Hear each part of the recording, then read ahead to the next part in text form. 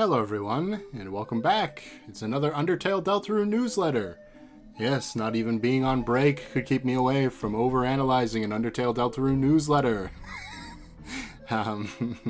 So let's just do it. I see Toriel is already fire casting on these candles. Very nice. And the 9th. 999. Happy 9th anniversary to Undertale. Yay. 99999. That means it's been 9 years since the 8th anniversary. And 99 years since the game came out. Here's to another 9,999,999,999 years. Interview Sans. What do you think about the number 9? Sans, what do you think about the number 9? Oh, well, we'll have to read that. But I kind of want to see some the number 9. That's what the tab is called. 9th anniversary kitchen set. Oh boy, it's a video. It has nothing to do with the number 9, but this year Fangamer is putting out a special line of kitchen-related products and made a special video to promote it. This ought to be good. Oh, this is taking me to YouTube. Hold on. No, I clicked the play on TV button. Oh, right, I forgot. I don't have my sound on from what I was doing earlier. Well, can you even see the whole thing? Oh, you can. Very good. Toriel, puppet. And apron. To eat spaghetti. I'm gonna be honest, that was not very good looking. But hey, you know, maybe the pie will be better. Thanks, Toriel. I wonder if there's sound to this. Because I can't hear it. I can't really fix that. Toriel, no! The knife! No! Is that a reference to Deltarune Chapter 1? Oh, Toriel plate. Oh, I didn't even see the little doggies in the cups. Cool. Okay, take me back. You can use it every day. Hell yeah. Item explanation. Okay, here we go. Oh, it's a Toriel oven mitt. Oh, how nice. I asked for this. You can get your own weird yet cute Toriel to use as an oven mitt. She's a bit flat, but apparently stuffing her snout with more fluff would have increased her flammability. Feel free to use her as a puppet. Actually, that might be the best use. Seriously, we looked at another company's character head as an oven mitt product. It actually isn't legally an oven mitt. You know, because it's too flammable. Uh-oh. Undertale mug. That's right, fill the mug with milk or another opaque liquid, drink it, and reveal the dog sitting inside. Oh, I thought it was a little marshmallow, but it's actually in there. Okay.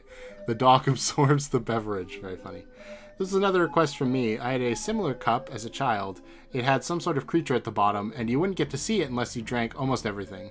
Try serving hot chocolate or something to people that have never seen it before, or use the hidden dog as a motivator to get someone to drink some terrible medicine. Since it's not clear if the dog has any concept of good and evil, it is unaware of the effects caused when it is used in this way. Alternatively, you can fill it with one of those chocolate cakes that's supposed to look like dirt and excavate the dog with small spoons. Then you can bury it again. Thanks. What does that say? Something spaghetti finely aged in a oaken cask, then cooked by me, Master Chef Papyrus. Silken spaghetti, probably. With this plate, you can imagine you're a customer at the exclusive Papyrus Collaborative Cafe. I'm not sure if the food would actually taste good. Sans cup. Certain parts are transparent, so different liquids turn his eye different colors. As a result, if you make anything other than blue lemonade, it's basically going to turn into an AU version of Sans. Please be responsible. That's funny. It's the perfect dish to make your favorite dessert. Reader, you know I'm talking about butterscotch pie. It would be so delicious. Why don't you make some for us? Okay. What a cute apron. It's easy to see what's appealing about it. Huh? What did you say, reader? Yeah, looks like a Triforce. I guess I should have expected that from a lower tier subscriber. Dun dun dun. Don't know about the Deltarune. And coming later, Sans of Papyrus Salt and Pepper Shakers. Sans of Papyrus Salt and Pepper Shakers. They will be available in 2025. This idea was suggested by Everdread. S and P. Naming-wise, it's kind of perfect. Actually, I didn't even think of that. Anyway, you might already have salt and pepper shakers, so how about using them for other types of powders? For example, the ketchup chip flavoring powder from some Canadian factory, or powdered milk, or bone meal. The list of great ideas goes on. Oh, Toriel blush. Deltarune progress update. Alright, this is what we... Last time I explained everything left required to release Chapter 3 and 4. We saw that. Regarding testing Chapter 1 and 2 with the new Game Maker function, we are waiting on Game Maker to help out with some issues we've been having. It'll take a little longer, but when things are ready, we'll let everyone know on the official Undertale Twitter. It's only been a month. I'm writing this September 3rd. But let's quickly review what's been done in that time. Alright, here we go. This is the good stuff. Carpet. Maybe? I don't know what that would be. As mentioned before, Chapter 3's main content was completed a while ago. Chapter 3's Japanese translation is currently in the checking phase. 8 through 4 localization company is going through the game carefully to determine that all of the lines display correctly in Japanese. This process should be completed at the beginning of October. That's soon!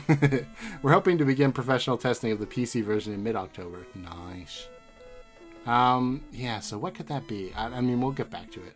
Oh no, Noel's spooky. Chapter 4. Ooh, I think I know where that would be. We met our internal deadline to complete Chapter 3 and 4's main content, which is September 1st. With that, Chapter 4's PC version is essentially complete. Jeez. Toby, it'll be a while. Yeah, okay. Minus some bug fixes in the Japanese localization. A preliminary pass of Chapter 4's translation is now being worked on. I expect this first pass will be finished at the time we send out the next newsletter. After that would come additional passes, and then checking, like Chapter 3 is undergoing now. This is that newsletter, by the way, because he said he's writing this in September 1st, so, by the way, some more people were able to play Chapter 4. I've seen people play it 6 times now. Everyone liked it. Watching it now, it feels really complete. Chapter 5? Okay, hold on. I can't get there yet. This is definitely a closet in Noelle's house, right? That's why there's like a candy cane and all these gifts? So is Chapter 4 going to be at the Holiday Mansion? Oh boy, I don't think I saw anybody predict that. Chapter 5, it's a balloon. Anyone not working on localization, console porting, or fixes is now working on Chapter 5. This will be the main focus for us moving forward. I'm really excited to see this chapter get made. Okay. Overall, regarding Chapter 3 and 4's development... What is this? Oh, it's the cup. I have personally completed everything I can actively do for it. Now all I can do is wait for localization and testing. Getting to this point and having to wait, it just feels like I'm strapped to a chair with delicious food just out of my reach. But they exist. Chapter 3 and 4 are real. Now it's just a matter of time. He's climbing a little climbing thing. Okay. Deltarune Chapter 2 concept art and unused music. Although it's technically Undertale's anniversary, I would consider this day to be a celebration of Deltarune as well. Sorry guys, I'll have to share a birthday party this year. Since it's been a while since Chapter 2's release, please allow me to share some materials from its development. I hope you enjoy. Ooh, this is going to be interesting too. Birdley's dying! Oh, okay. Concept art and music. Here's a letter. Well, we'll open that too. Wonder what that would be. We'll read the conclusion after we're actually done. What could this be other than the carpet? And where would a dock pier like this appear? Unless this is literally what people were saying and this is going to be Undertale, in which case it's obvious where something like this would appear, right? In like the waterfall section. I really don't think that's true, but, you know, it's possible, I guess. All these little grasping hands. It makes me think of carpet, like, if you really zoom up close on carpet. But what else could it be? I'm trying to think back to the Dreamer house. I guess it could be... Because, like, in Chapter 1, we had all those dust particles and stuff that sort of looked like little... fungal guys that swayed back and forth. I guess it could be dust. That same kind of dust. Like mildew and stuff. Maybe? But other than that, I can't really think of anything. And what would this pier be? Like the arm of Toriel's chair or something? I don't know. This one's fairly obvious to me though. I feel like this has to be the holiday house. What other place would have this many Christmas decorations? Just in a closet. Which is interesting. For sure. And I mean, it's a natural place for a fountain, so I can believe that. Let's go to the number 9. The number 9, sons. What do you think about the number 9? Mine's okay, but I kind of feel bad for how it ended up. You know, 7 ate it. 7, 8, 9? Yeah, at least that's what the theorists are saying. The theorists? Who are they? I don't believe it. I refuse to believe that 7, 8, 9. 7 is supposed to be the cool number. They would never do that. It's just a pun, Papyrus. 7, 8, 9, like the real number series.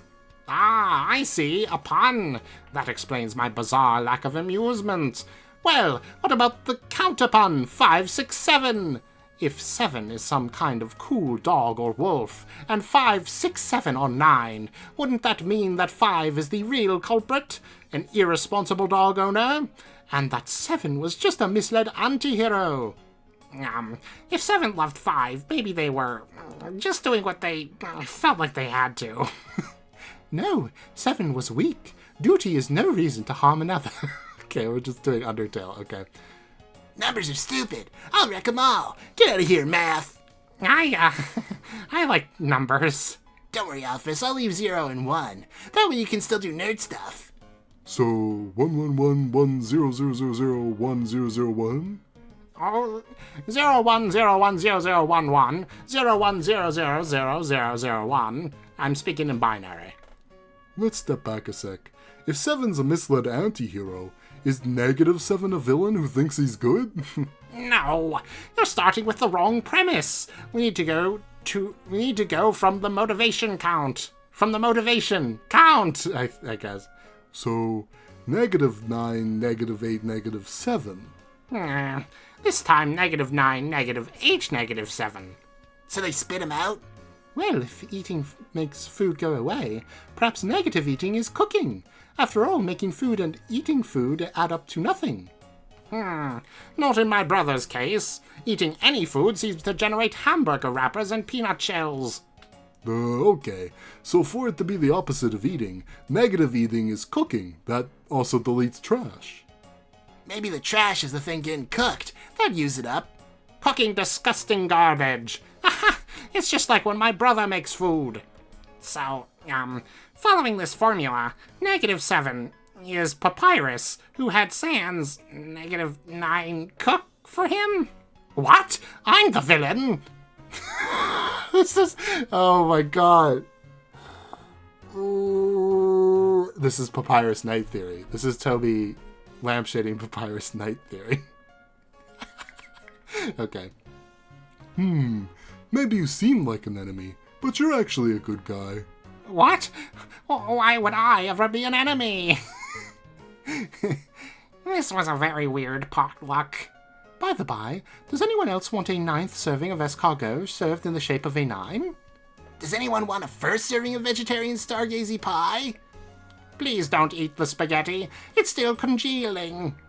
Seems normal to me. I can't believe this. Oh, the Papyrus Nighters. I'm sorry. Or maybe this is evidence? I don't know. I'm the bad guy. Push. I could never be an enemy. I don't know. Because that's what the whole negative thing is now, right? Like Deltarune is negative Undertale, so Papyrus is evil in it or something. Yeah, that's funny. 7 is some kind of cool dog or wolf. And yeah, that's... Okay. I'm glad I read that anyway. Chapter 2 concept art. Very early concept. Mouse. Cat. A jack-in-the-box, I guess? Most NPCs will be mask, face, electric socket, comes out of wall socket, kind of brainish, fires outside of its mouth. Ew, gross. I like this, like, tangled wire version, though. That's cool. Pulls self out of socket grotesquely. One is handsome, possibly NPC or has spear. Okay. Light switch bird glows depending on if light is on or off. Goofy. I like to imagine this is the guy that's wearing the fedora that's like, I don't care about politics. And then he gets eaten. Fantasy appears from background. Boy design. It's a fan, I see. Could maybe be an NPC. Plug guy. This design sucks. What kind of animal or monster could be plug themed? Well, figured it out, I guess. Plugicore, like Manticore but plug. Its face is a shock. Yeah, you can't see shit. He just uses satellite eyes to watch TV inside his brain all the time. This is one of the first images I drew while brainstorming concepts for the chapter. From the beginning, I knew I wanted to have enemies with electric sockets for faces. This idea is so good that the new Mario & Luigi game is also doing it. That's true. These are just sketches and not real designs, so none of them got used. I really like the plug guy drawing, though. Well, hey, we had this little plug mouth thing. Those were in the basement. Salary virus. Mad mailer. That's Spampton. You combine those together, that's Spampton. Teeth center line rotates a bit. Funny. And another mouse. These ideas precede Vero Kun, Spampton, and Mouse. Ultimately, they were not used because their existence conflicted with those characters. Seems like Mad Mailer's tie would have been prehensile. Not sure what that top thing's supposed to be. A Kirby enemy? Yeah, this? I don't know. Buzzmite. Really wanted a fan, huh? I guess it makes sense because computer parts, right? Loves peace and quiet, but is really noisy. Cooling things flying. Small four-pronged wheel attacks a large four-pronged wheel. Iridescent? Repels flame attacks. Already with the element system. Alt with hands. A flying enemy character just inspired by a computer fan. Why does that look kind of like Susie? Kind of cramped in here, but pick what you like. It was created before Chapter 1. The character is a placeholder concept, not intended to be an actual character. It's just an example of how we could use the shop visual real estate to have a cool character. It's ended up being used by rules in Chapter 1, yeah. Maybe the shopkeeper could be some sort of cool cyber robot. I never designed his body or thought about anything past this. Oh, God. That is this horrifying image of Queen. Why? Ah. And the fangs? I kind of like the fangs. That'd be pretty funny. Does she have them normally? She doesn't, right? Ugh, the weird blue color. It took me a very long time to figure out Queen's design. I wanted her to be intimidating and cool. Inspiration include hexadecimal from Reboot. Okay, that makes some sense. With the face changing thing, where you can't really see all of her face, but it changes to goofy little things. If you don't know who hexadecimal from Reboot is, you should look her up. Fun character design. Looks like a PlayStation 1 cutscene, but that was the arrow, okay? The alien queen from Alien. Okay, that makes sense with the head shape. Power Ranger bad guys, okay, Megazord, and Rose Master from Cucumber Quest. I don't remember what Rose Master looks like. Oh, right. Has the, rosebud coming to the back of their head. I guess that kind of tracks. That's what, this weird, spiky design is about. I wanted her head shape to be unique so it wouldn't overlap with those already existing characters too much, but it was difficult. Yeah, it's just a big... I actually kind of like the big oblong head shape. It's kind of funny. As you will see, of various people, I am the best. Oh, that would be terrible. Actually, but that, referring to that which I actually like. I've become total cyber 100% cyber. Do not mess with women that have rainbow eyes. Gets rainbow eyes. Error, damn not found. Cannot give it. Oh. There was a pathfinding error involving the part that makes me care. Damn, this situation bites. You could say it megabytes. I didn't ask you, Small Rouse. Haha, it's funny. Oh, Small Rouse is in Rouse in the corner of the text box. Haha, it's funny. If any employee from the ratings board are present, please calm yourselves. This beverage is not alcohol. It is merely concentrated electricity. What does it taste like? Like it makes you... okay. I'm afraid we have reached another juncture where we may be forced to admit that I am the best. A great person once said, only a fool dies in vain. A wise man becomes a mind servant. Who said that? Me. You will be completely annihilated. Run wahoo.exe. Wahoo! Okay. You forgot the first rule of robotics. Robots never tell the truth. Okay. There's one way to beat Queen. She told me her weakness. Huh? Why'd she do that? She thought it would be funny. After I began writing her dialogue, she shifted into being more of a humorous character and decided to reflect that in her design. Yeah. Realizing simple might be best. Very nice.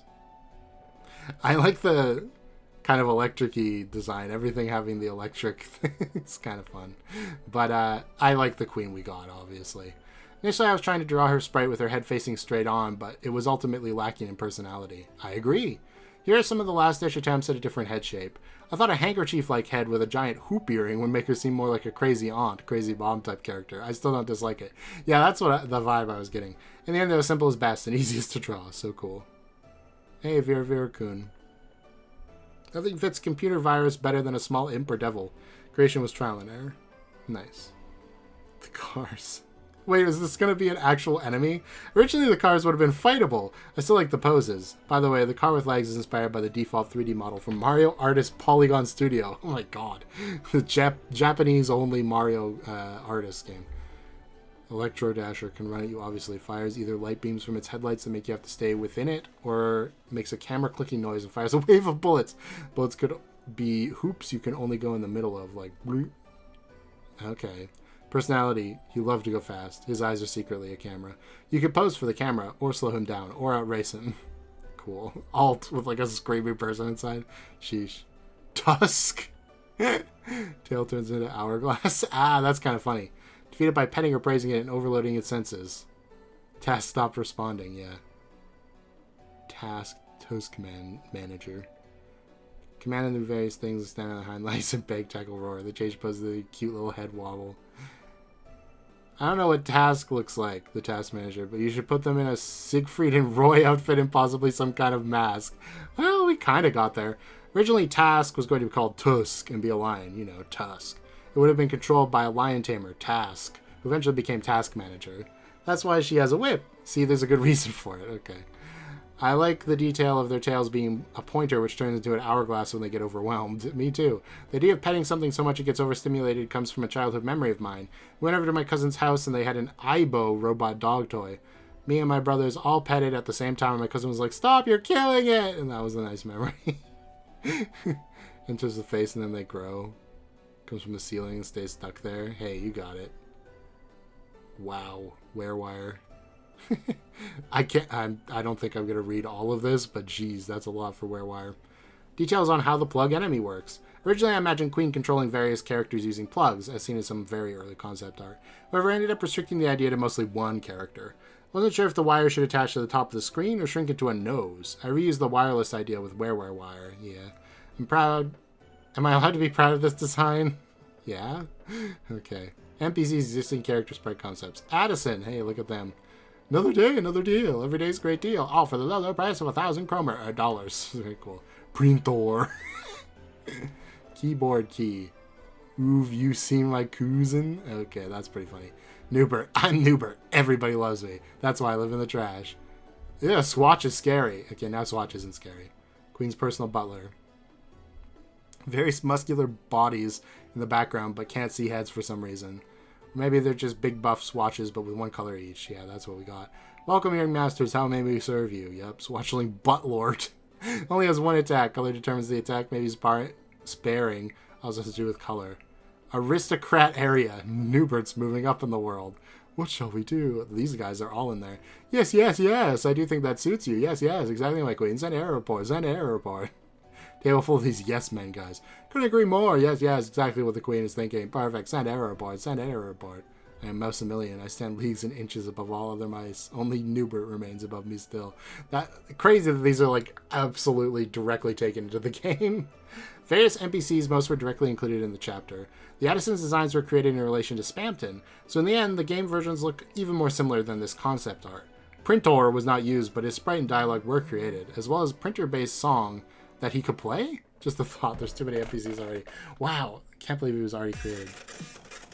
Oh, I need to fix my sound settings. Give me a second. Okay, I can hear now. It's very important to hear this printer song.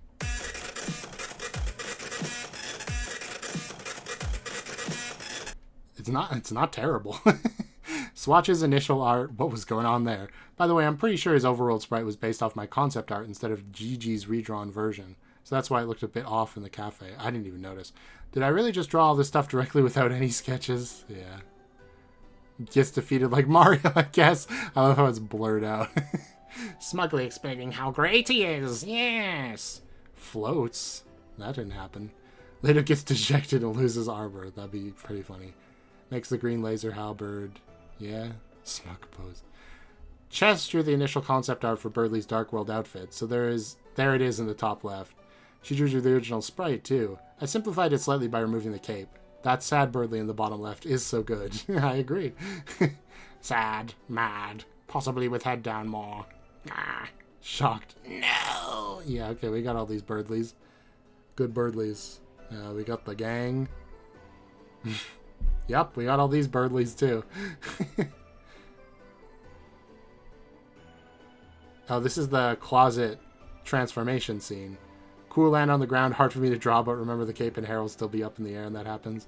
The cape and hair will flutter down and settle, then they get up. Wow. Just edit all the dog sprites so they look like they're in jail like this. They ran out of prison hats and have to wear berets.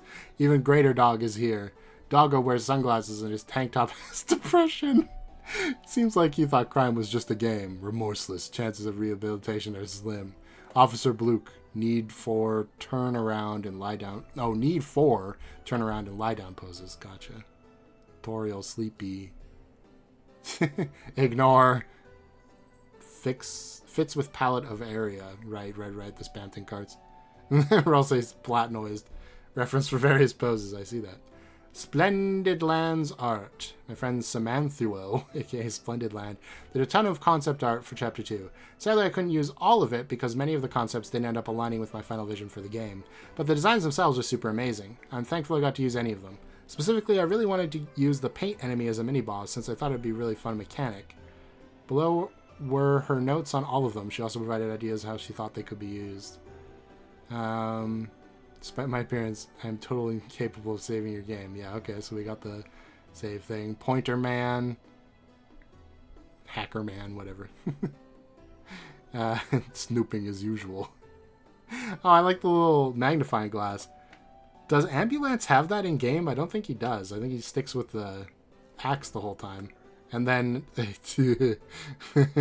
oh, what's it called? Oh, no, I forgot the name. Pop-up. Waiting. I'll get to see you soon. Welcome, I live here. Tell me the funny numbers on your mom's credit card to get a prize. Oh. I was given the broad theme of Cyber World and told pretty much just design whatever I wanted. Expecting only a handful to actually make it in. I made all these within a couple days, just making whatever came to mind. I mean, I kind of like this design for Hacker, with like the really scrunched face like this. It makes him look like he's a 90s cartoon character. Hacker guy, I don't know what their name is, wants to discover the secrets of the world and has special abilities, though they aren't aware of them. Hacks, by randomly smashing keys and even swinging their mouse around in the air, could keep escalating in silly ways. Handsome face. Oh, handsome face. I see. When they stand over a spot that can be hacked into, their cursor-shaped head turns into a pointer finger. They don't notice this change, so it's up to you to play to help them. Yep, we got that. Oh, a little Tamagotchi.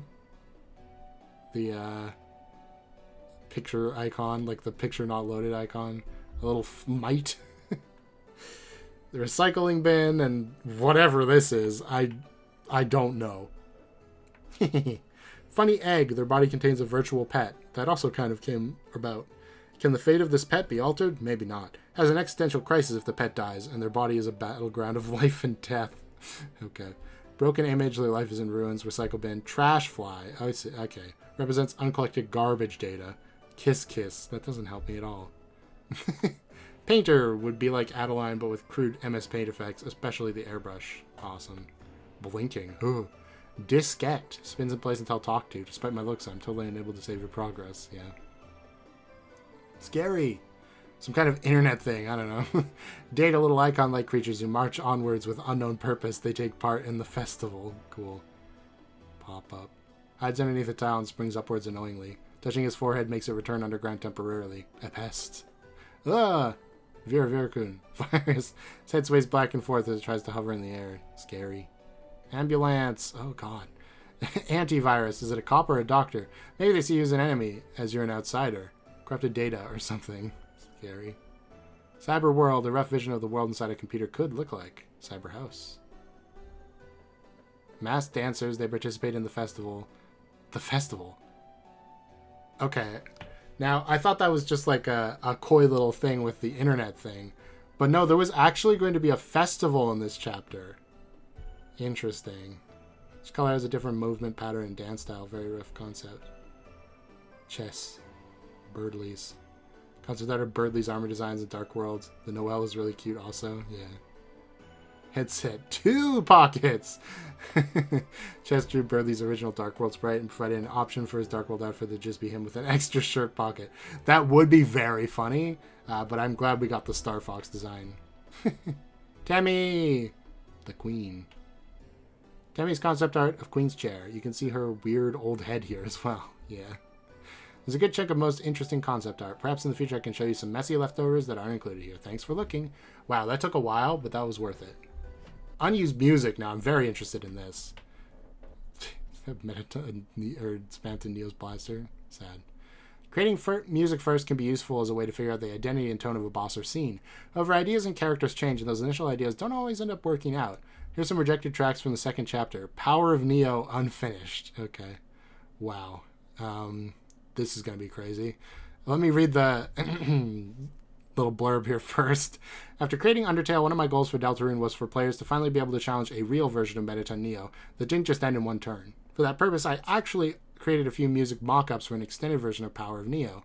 There's even another one from 2016. Wow.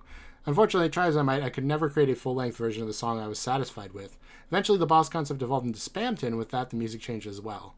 I still like the last half of the song. The guitar section was inspired by Brandish's song Ending 2. All is pretty placeholder, though. Still fun to imagine fighting something to this, though. If it was given another opportunity to extend Power of Neo, I'd probably do something different. Okay. Well, let's hear it. Power of Neo. We all know this part.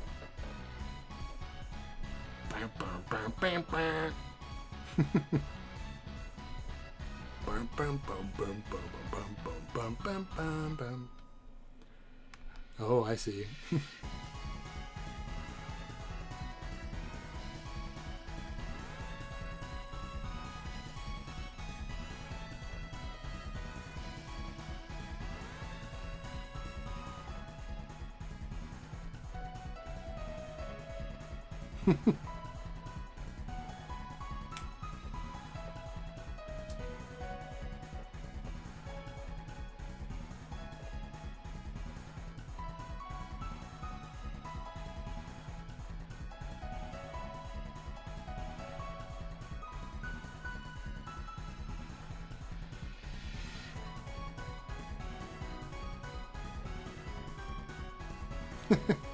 I like this part.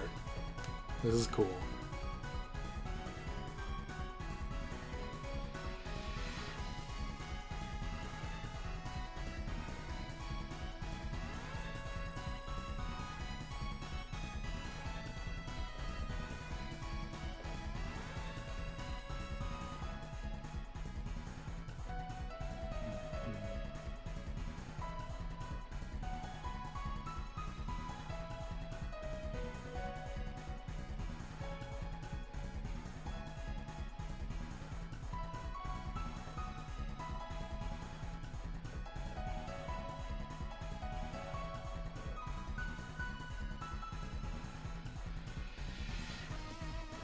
Oh.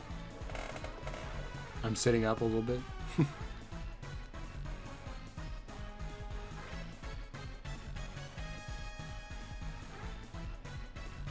Huh. Oh, okay.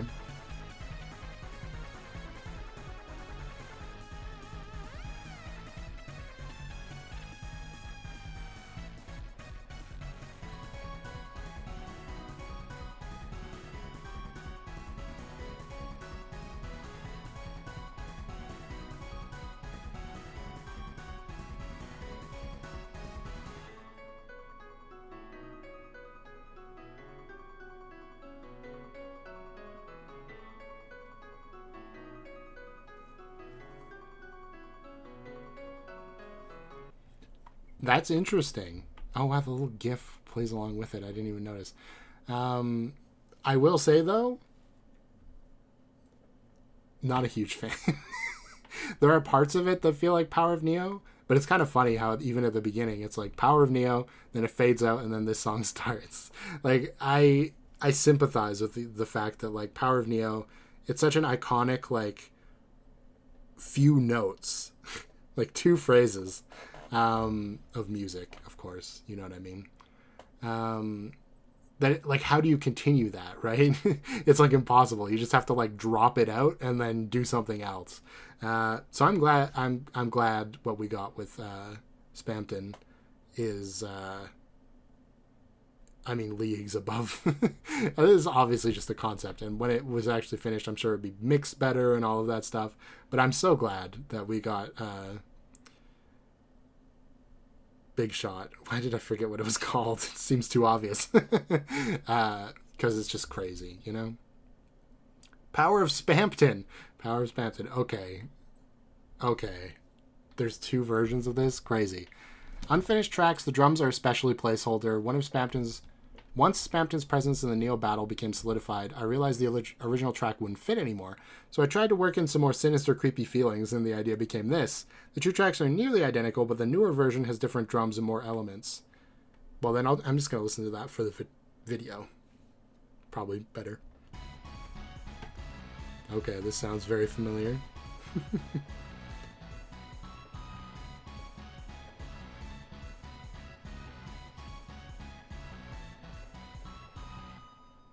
Oh, we're still doing the dropout thing. No, we're getting closer. There it is.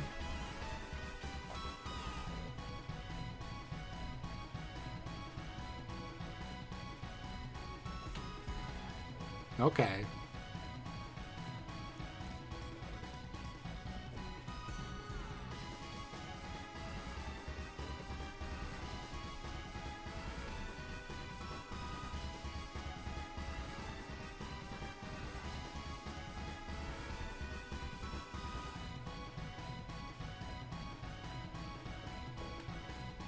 Dun, dun, dun, dun, dun. That part would get stuck in my head for sure.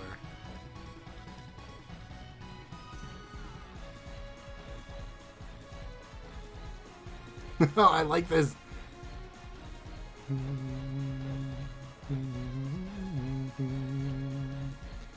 I like how it sounds ominously in the background. It's very cool.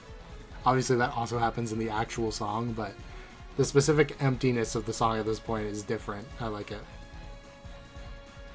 Feels more intense, you know what I mean? Whereas Big Shot feels more chaotic, which makes sense, but you know. And here's With You in the Dark, yeah.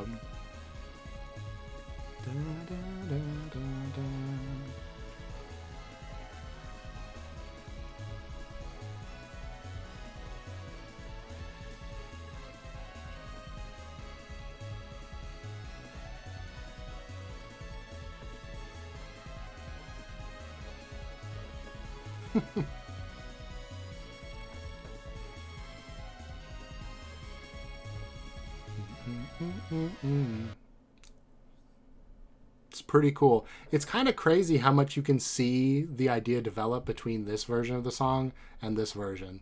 Like, I feel like part of the reason why this feels so empty is that it's just the skeleton and we don't have the main motifs in there yet. You know what I mean? Like, it's not like a Mettaton version of the song. It's a nobody version of the song, right? So we don't have like Mettaton's leitmotifs in it. It's just nobody's. And as soon as you fit Spampton's in there and the freedom motif, and don't forget, suddenly, whoa, it sounds like a full song.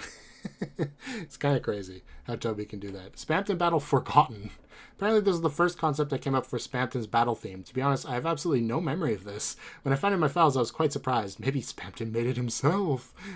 By the way, originally I was planning to have Spampton's intro song, Hey Every, also be a shop theme. It was planned that it would slowly drop in pitch the longer he stayed in the shop until it was unrecognizable, but that ultimately didn't match the tone of the dialogue, so I ended up using Dial Tone for it. Dial Tone's one of my favorite songs, so I'm glad that happened. So this is like, now's your chance to be a... Okay, this is pretty goofy. This could kind of work as the shop theme, too.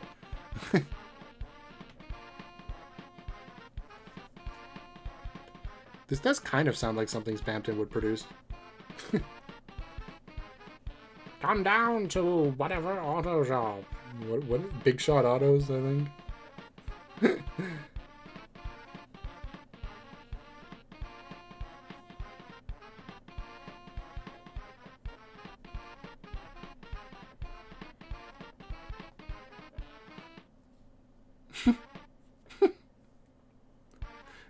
Oh no, the record skipping. Phone's ringing. Scary. Okay, that's weird. It's kind of funny for me to see this process. Because of the things that Toby does, right? The like concept art stuff and the writing, obviously, they're things I've dabbled in before, right?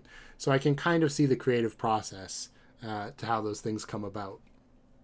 But the musical side, like I've played music and I know some music theory, not very much, not very well anymore. But I've never actually composed songs, really. Like I've done GarageBand loops, but never actually like composed something from whole cloth. So it's kind of interesting to see the process of just like spitting something out and then refining it, you know? It's interesting. Giga Queen Old. Oh, this one should be interesting. The song that plays when Giga Queen first appears is actually a slowed down version of the original battle song I created for her. Wow. Though the instruments are placeholder, I actually think the song isn't half bad. It just really didn't sound much like a boxing match. After I created the Thrash Machine power-up sequence beforehand, I decided to make it a song based on that. Makes sense. Okay, so this is the... She comes in and laughs. Ba-da-da-da-da-da-da. Okay, so it's going to be that one.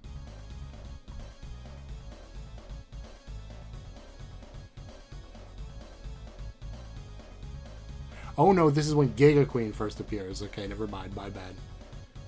Actually, yeah, I can hear it.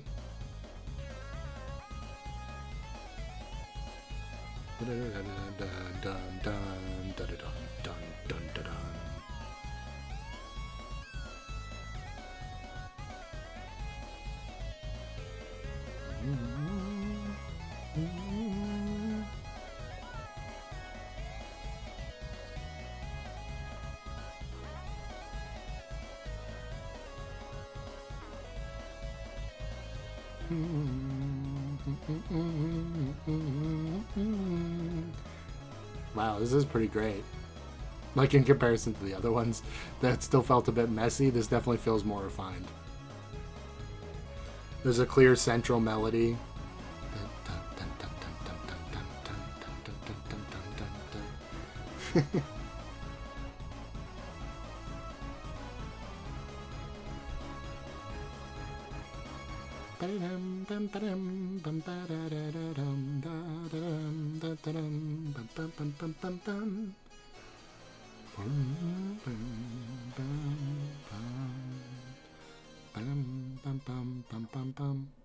Yeah, very nice.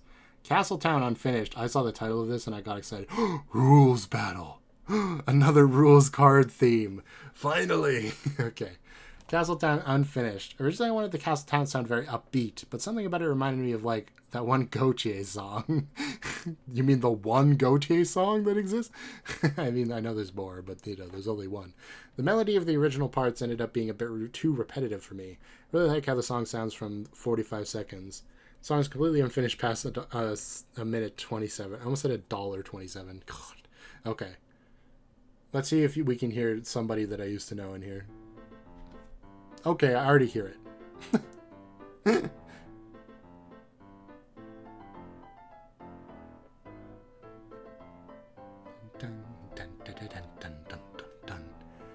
This could be a theme for like a Castletown boutique or something, you know? Dun, dun, dun, dun, dun, dun, dun. Or if like Rules opened a pirate bar or something.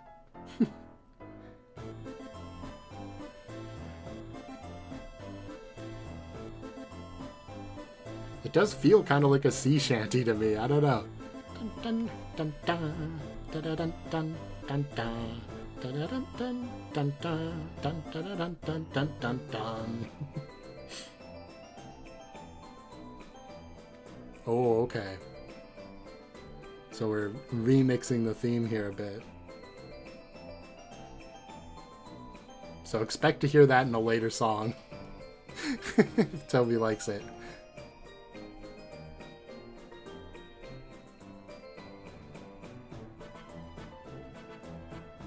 Ooh, I like this part.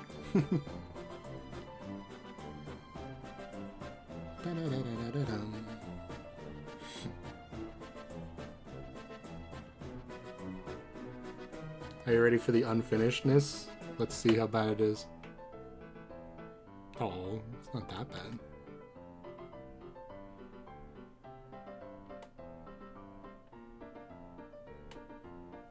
I mean, it has no instruments, but still.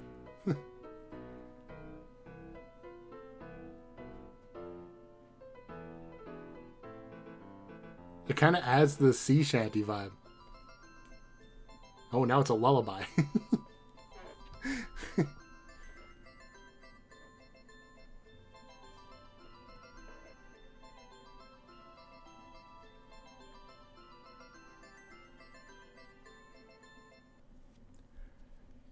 That's weird. that feels so different. It feels like a well, sea shanty I already said, but like the final part there sounded kind of like a Russian lullaby. That's like the only way I can put it. Like from the movie Anastasia, the animated movie Anastasia. That's what it reminded me of instantly, for some reason. I think it's the repeated dun dun.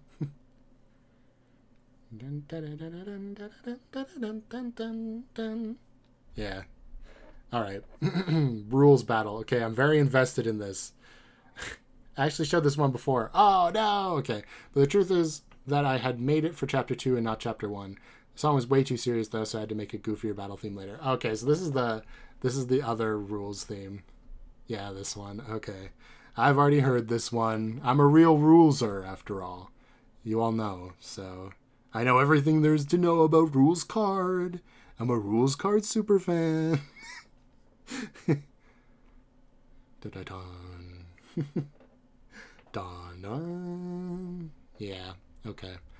I think that was in a newsletter before I listened to that, maybe. Queen Battle Original. Wow, there's a lot of text here. Oh, this is the last one. Okay. I think this is my favorite of the unfinished tracks. At least it's the one I listened to the most while I was working on the game. Back when Queen looked more intimidating, I wanted to use this as their boss theme. Personally, I still really like it, and I even wanted to try to use it for Birdley's battle theme instead, but the issue was that it just didn't match either of the theme melodies I'd already created for those characters. Bizarrely, I seem to have made this after already making her theme song, as an early version of her theme song is inside the project file. 130 onward is totally unfinished. Okay, so for 6 seconds it's unfinished. It's alright, Toby. I'm interested to hear this, because... I don't know, maybe Toby will reference this later. Keep an ear for it.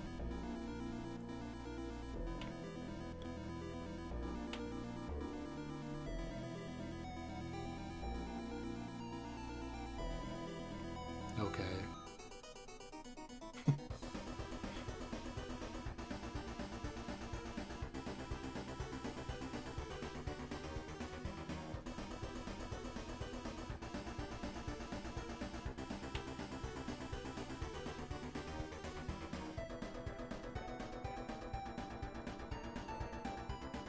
I like this. The kind of creeping bass line in the background with the main melody on that really light synth. And of course I like the sliding notes. Always fun.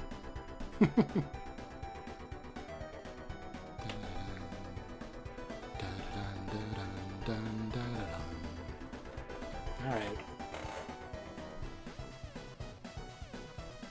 Ooh.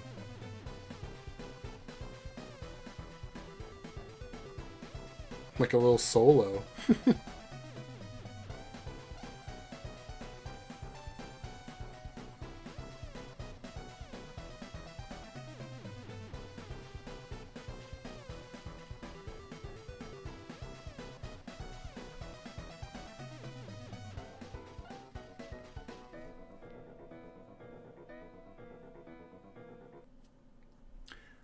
Gonna be honest, that might be my least favorite one so far.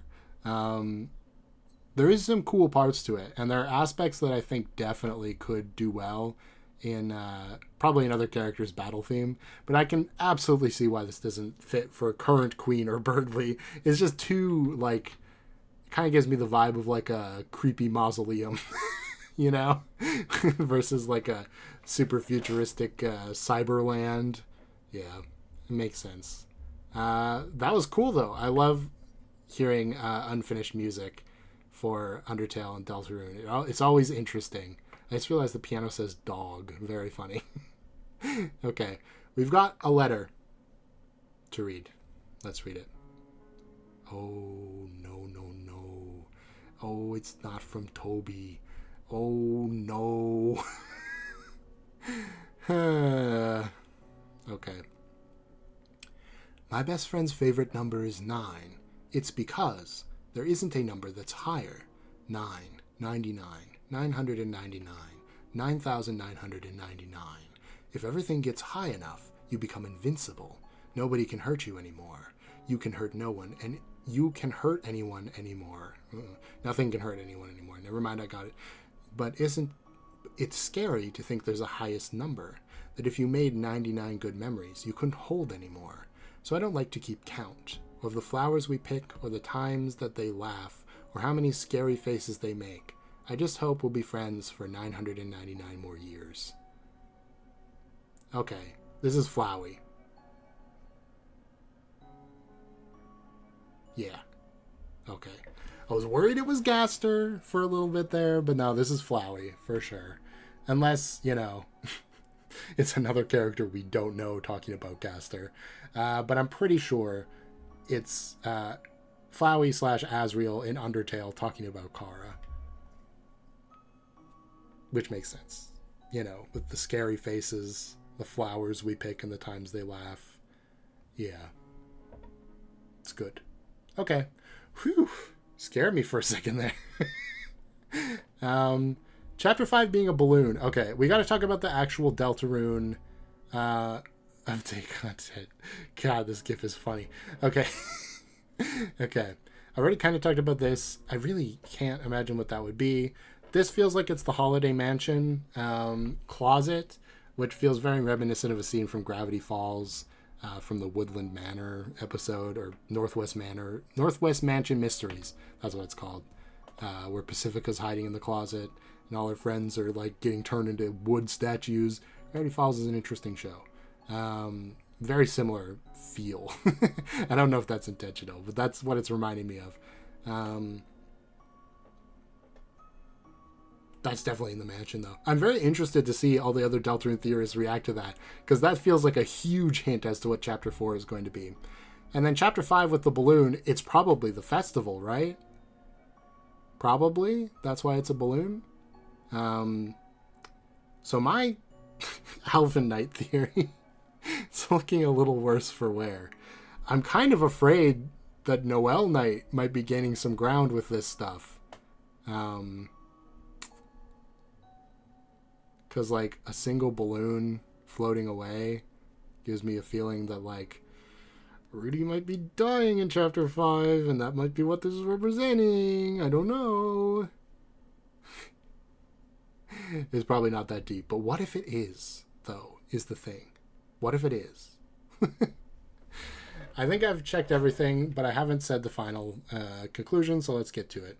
Thank you very much, everyone, for still reading these letters. These letters are happy to still be read. Are you happy reading them? Here's a letter. It's not this letter, but you can still read it. But did it make you happy to read it? See you this year and next year. Bye-bye, cake. Okay. Wow. Wow, that's a lot of content. This has probably been an hour, right? Just about. This is the biggest newsletter yet. Oh my god. And Chapter 3 and 4 are not that far away. I don't think they'll be out for October. Like, I don't think we're going to have another Halloween release. But they could be out in the winter. And if the Holiday Mansion is Chapter 4's chapter, oh, Christmas time could be the release window. Sheesh. Wow. Okay, well, I've said all I can say. Probably too much, honestly. Thank you if you watched through this whole video. You're insane, along with me. We're both insane together. If you enjoyed, like, subscribe, all that stuff. And I'm still on break, so you won't see anything from me for a little bit yet. But, I'm enjoying myself, so I hope that's comforting to you. And I'll be back soon. Okay, bye.